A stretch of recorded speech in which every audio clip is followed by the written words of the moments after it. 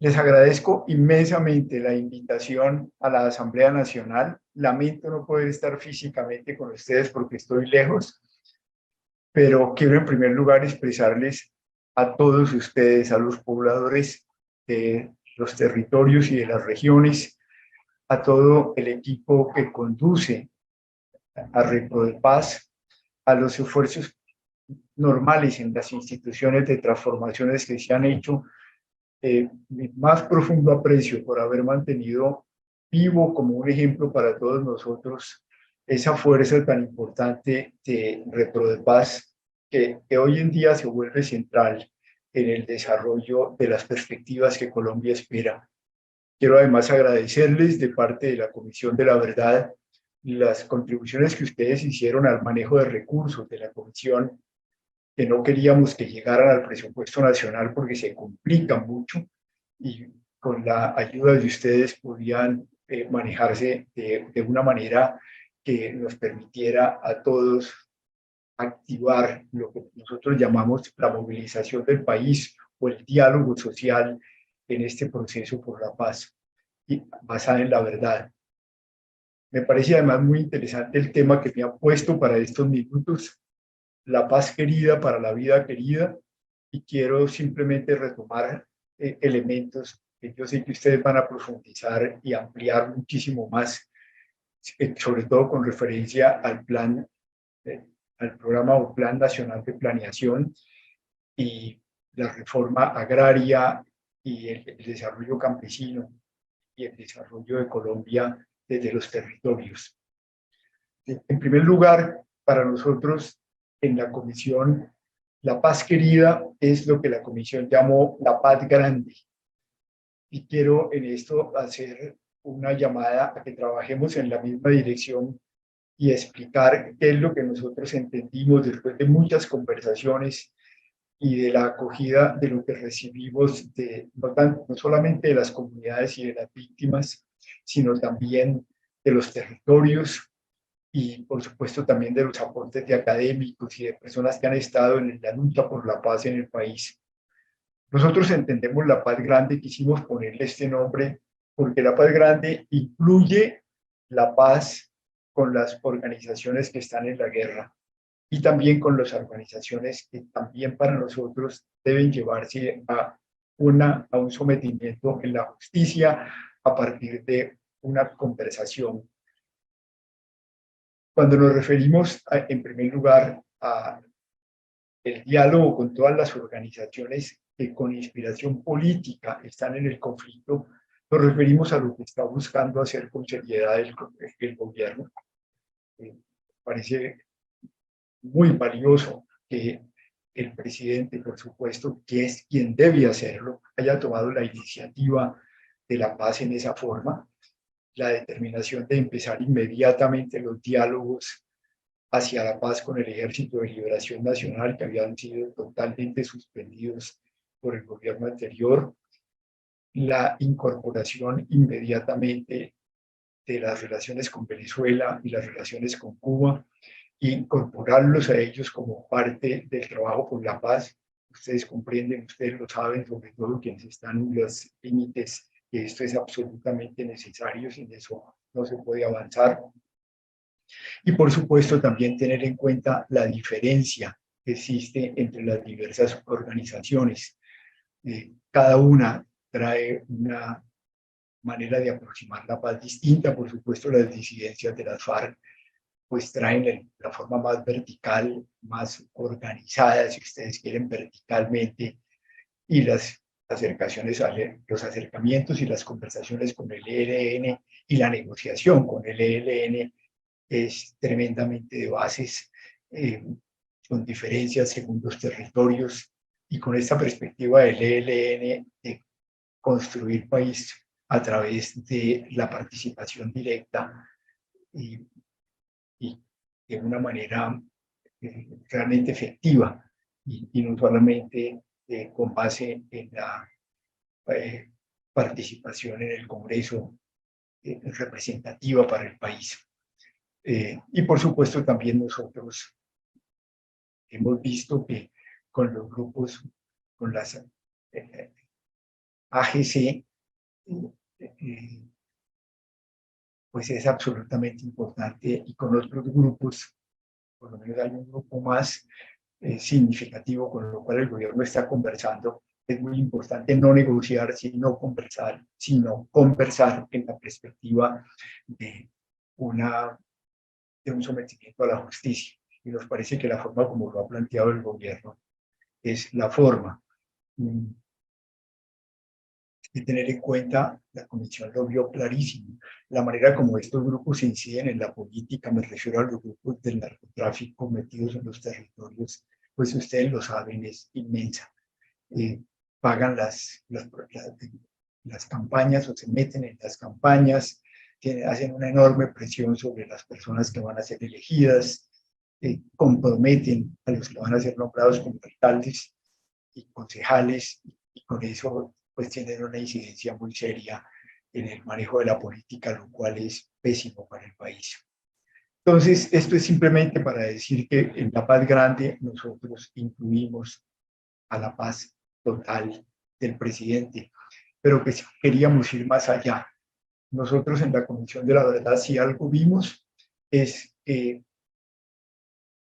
el problema del conflicto en Colombia no para simplemente con el cese al fuego y la dejación de las armas, sino que es un asunto social muchísimo más complejo, y que la guerra definitivamente, desafortunadamente, tocó profundamente a las poblaciones, tocó profundamente la vida en las regiones, y Colombia quedó metida en lo que nosotros hemos llamado un modo de guerra, es decir, una cultura de guerra, una polarización que va hasta el trato de la política, que es el escenario público extraordinario del respeto en el diálogo entre ciudadanos, entre puntos de vista distintos sobre lo que debe ser el bien común o la vida querida. Lo convertimos en un escenario de conflicto, de un lado señalando al enemigo interno y del otro lado señalando al enemigo de clase, hasta llevar las cosas al conflicto armado, y por supuesto en asuntos en que tiene una enorme responsabilidad el Estado, y también tienen una enorme responsabilidad los que tomaron las armas en una guerra que después se degradó inmensamente, y que a sabiendas de que ya la guerra no tiene ninguna perspectiva en Colombia, han insistido en mantenerla hasta ahora. Tenemos que salirnos de allí, y por eso la transformación tiene que ser una transformación cultural, de un país que exprese lo que me acuerdo un día en Barranca Bermeja, en el año 2015, gritaban, me acuerdo, en aquella plaza de Descabezado, donde quitaron la cabeza de Camilo Torres Restrepo, la gente clamaba, paren esa guerra, párenla de todos los lados, párenla ya. Pero ese es un asunto cultural. Nosotros tenemos que lograr el poder construir un país en las diferencias, valorando inmensamente que si algo tiene Colombia como grande, es sus diferencias culturales que nos enriquecen tanto, sus diferencias étnicas que hemos irrespetado totalmente, sus diferencias de género, el respeto a la mujer, el respeto a las personas LGTBIQ, el respeto, por supuesto, también a las diferencias políticas, y desde allí realmente tratar de construir un país entre todos. Finalmente, con respecto a la paz grande, también quiero decir que cuando la Comisión habla de la paz grande, no quiere decir que la paz con las FARC haya sido una paz pequeña o una paz chiquita, de ninguna manera. Nosotros pensamos que el rigor con que se llevó adelante la negociación de La Habana,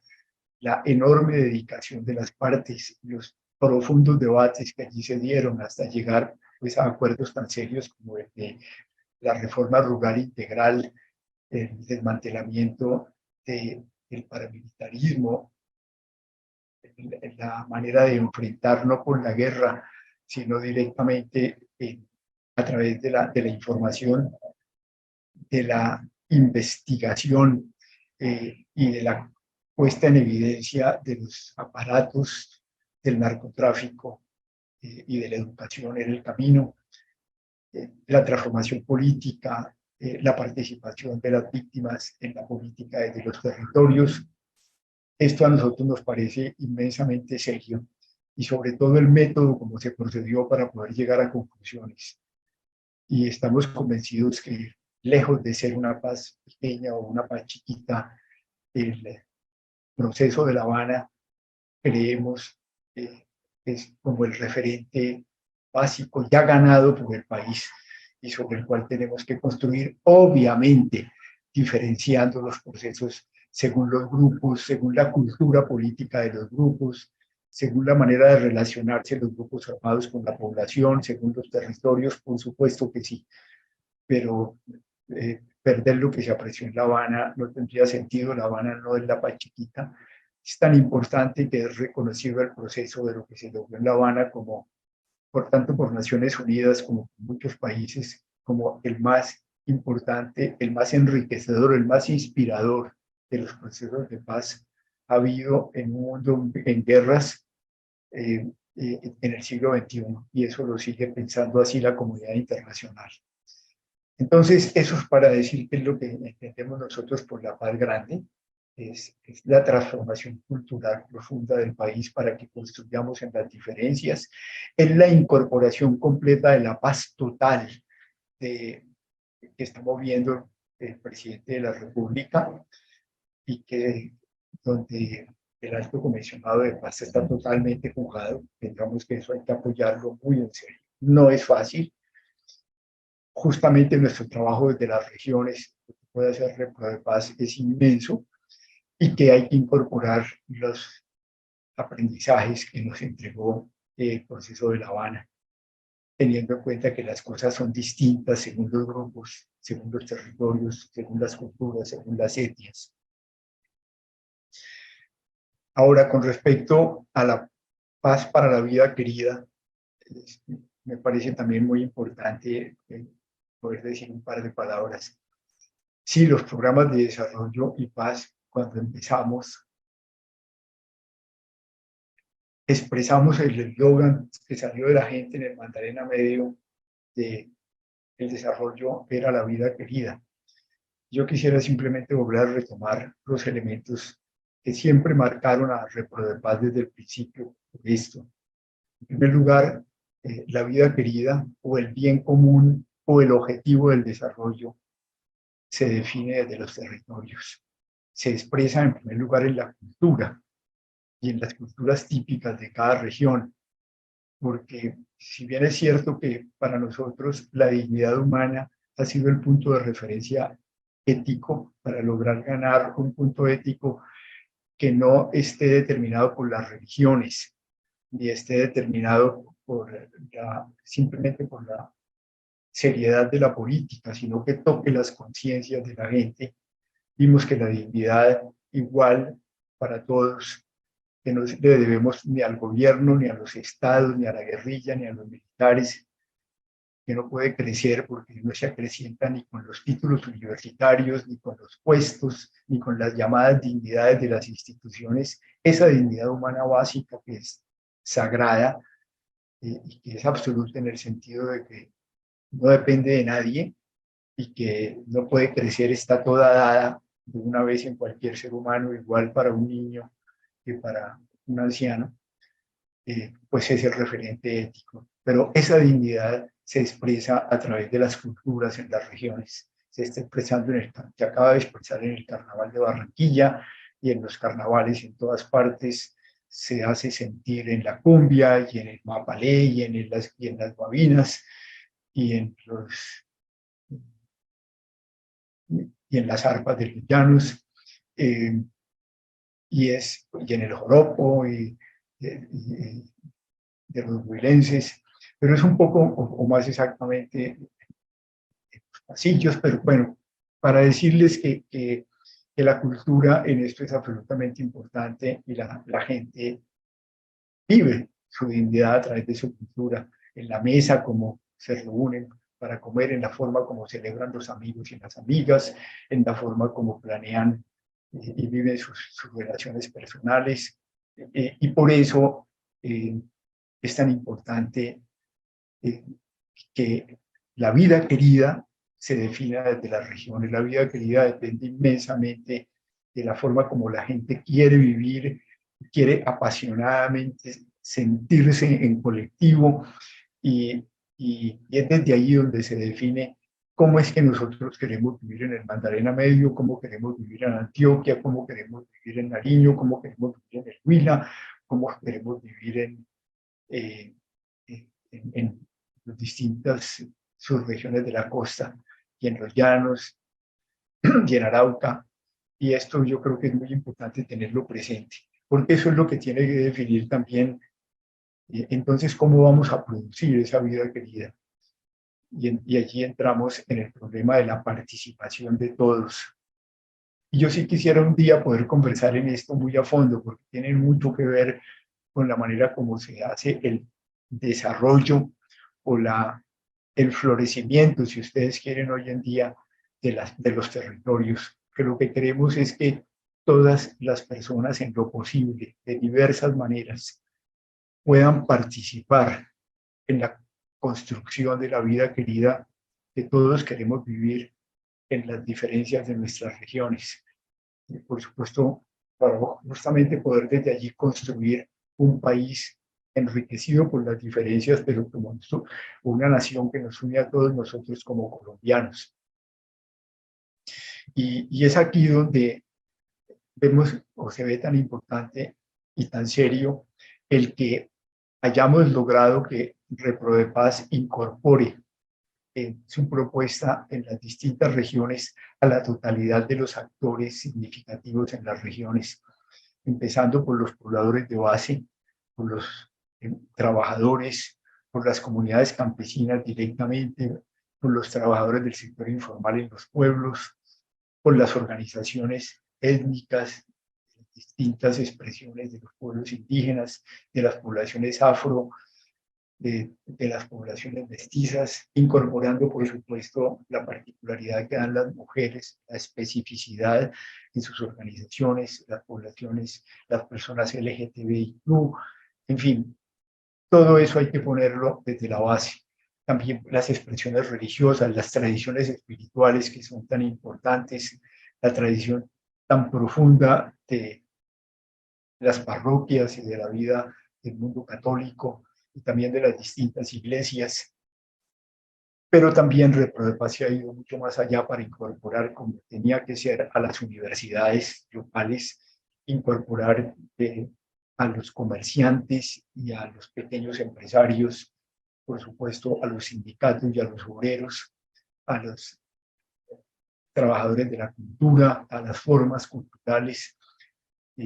y por supuesto también incorporar a los empresarios y a los grandes empresarios de los territorios para que con todo eso se defina la vida que los habitantes de los territorios, los pobladores de los territorios quieren vivir en los territorios, por lo que optan, por lo que consideran que eso realmente es la vida querida y no otras cosas. Y eso es lo que realmente produce el entusiasmo por la vida. Posiblemente no la felicidad que se vive en algunos momentos, pero sí el poder vivir todos entusiasmados por un proceso colectivo. Y es desde allí, desde la concepción de esa vida querida, que surge el ideal colectivo de territorio, de región. Esta es la región que nosotros queremos, la región que quieren nuestros hijos, la región que queremos trasladarle a los hijos y a los nietos hacia el futuro. En eso, entre otras, la comisión tuvo un mandato que por supuesto, simplemente nosotros pudimos trazar unas líneas, pero que nadie como Reprodepaz puede convertirlo en una realidad, que es la convivencia en los territorios. No queremos que nadie se tenga que ir de los territorios, creo que en Reprodepaz lo sentimos muy profundamente. Nadie tiene que irse de aquí, nadie tiene que sentirse amenazado, nadie tiene que sentirse desplazado o sometido al terror o sometido al confinamiento. Nadie tiene que pensar que su proyecto de finca, que su parcela no tiene lugar. Nadie tiene que pensar que se le va a quitar el territorio o que tiene que irse al exilio o pasarse a otra región. No. Sabiendas, eso sí, de que pensamos distintos, de que el conflicto nos dividió, de que el conflicto nos llevó a tener miedo los unos de los otros. Pero justamente construir la convivencia es podernos decir unos a otros en los territorios tranquilos. Aquí estamos todos y hubo entre nosotros quienes se fueron a la guerrilla y quienes se fueron a los paramilitares, quienes se dejaron coger por el modo de guerra hasta odiarnos políticamente. Vamos a construir juntos. Como lo decíamos desde hace rato, cada región, esto lo construimos entre todos o no hay futuro para nadie, pero para poderlo construir entre todos, todos y todas tenemos que cambiar. La tierra hay que devolvérsela a los campesinos, hay que deponer las armas, los políticos tienen que suspender la forma masiva como han hecho la corrupción, tenemos que dar por terminada la impunidad, tenemos que cambiar el sistema de seguridad y que la seguridad sea un esfuerzo de todos, pero cuando la seguridad esté en los civiles no quiere decir que los civiles se armen, no, al contrario, vamos a honrar las formas civiles en los territorios, de darnos tranquilidad, de acompañarnos, de darnos confianza, de construir confianza, que es lo más grande que tiene un territorio.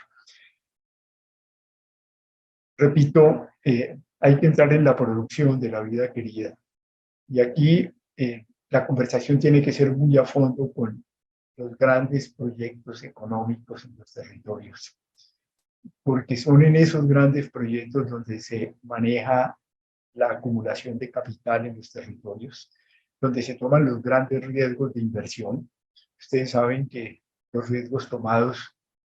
en la minería, en el petróleo, en empresas grandes que no son de minería, pero que son inmensas como Nutresa, como Sura, o como las empresas que tienen macrocultivos en los territorios, están jugando a 30 años de vista, porque van con no millones, sino billones de dólares, y billones de dólares no se realizan, no se convierten en el rendimiento esperado, sino después de 20 o 30 años. Mientras los gobiernos en las regiones juegan a 4 años, mientras juega o se pone en marcha un plan de desarrollo regional o territorial o nacional. Allí hay que poner el énfasis, porque el problema que tenemos es que esos capitales no incorporan a la totalidad de la población en la vida querida, no la hacen partícipes, no de recibirla, la gente no quiere que le regalen cosas, sino de ser participantes en la construcción de la vida que la gente quiere vivir en los territorios.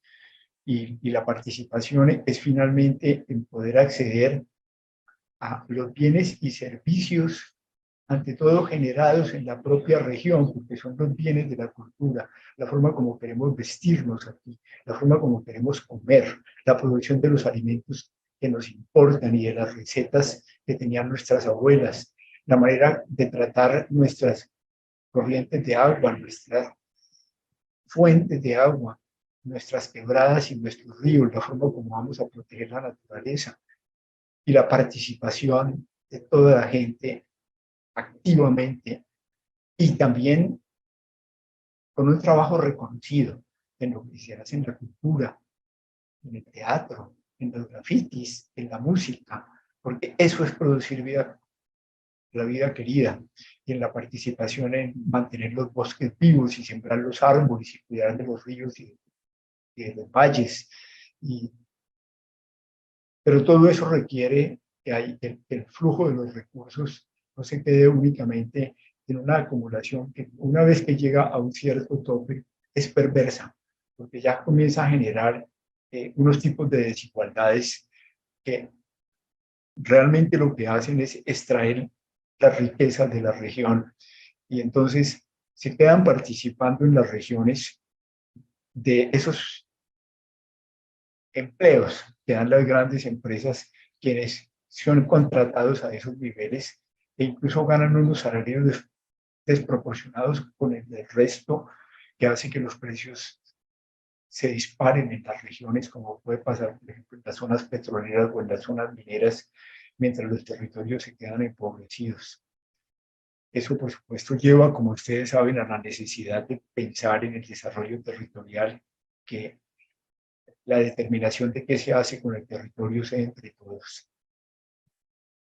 ¿Cuáles son los territorios que se van a dedicar a la producción de alimentos, a la producción campesina? ¿Cuáles son los bosques que vamos a proteger juntos y los ríos? Si va de haber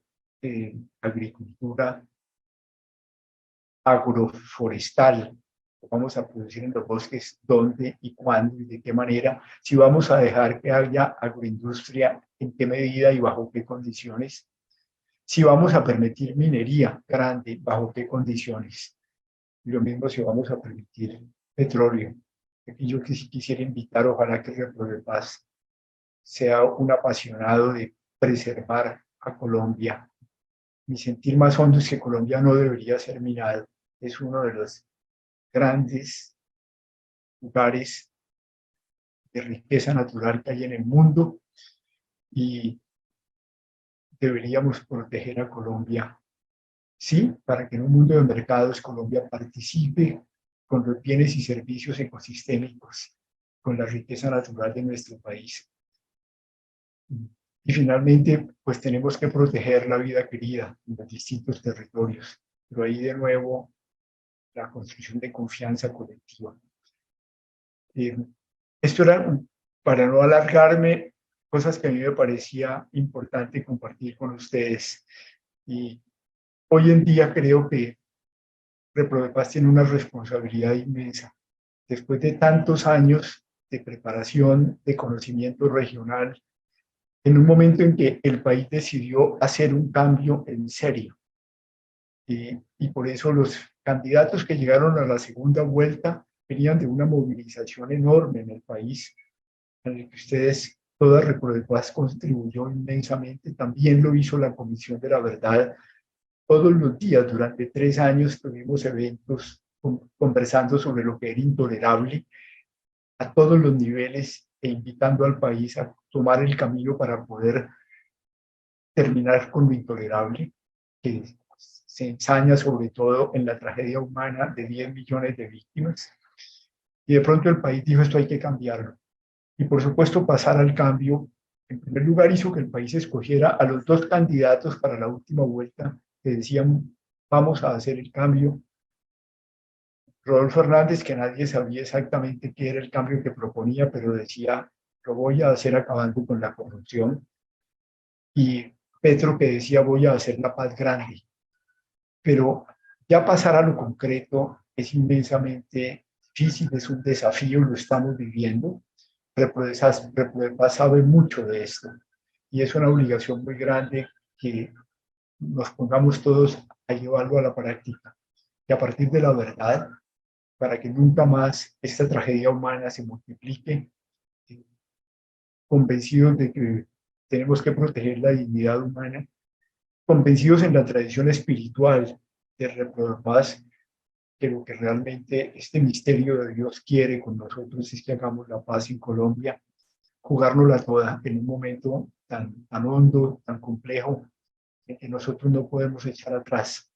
Felicitaciones y todos tenemos una gran esperanza a lo que salga de esta asamblea de Reprodepaz. Muchos logros.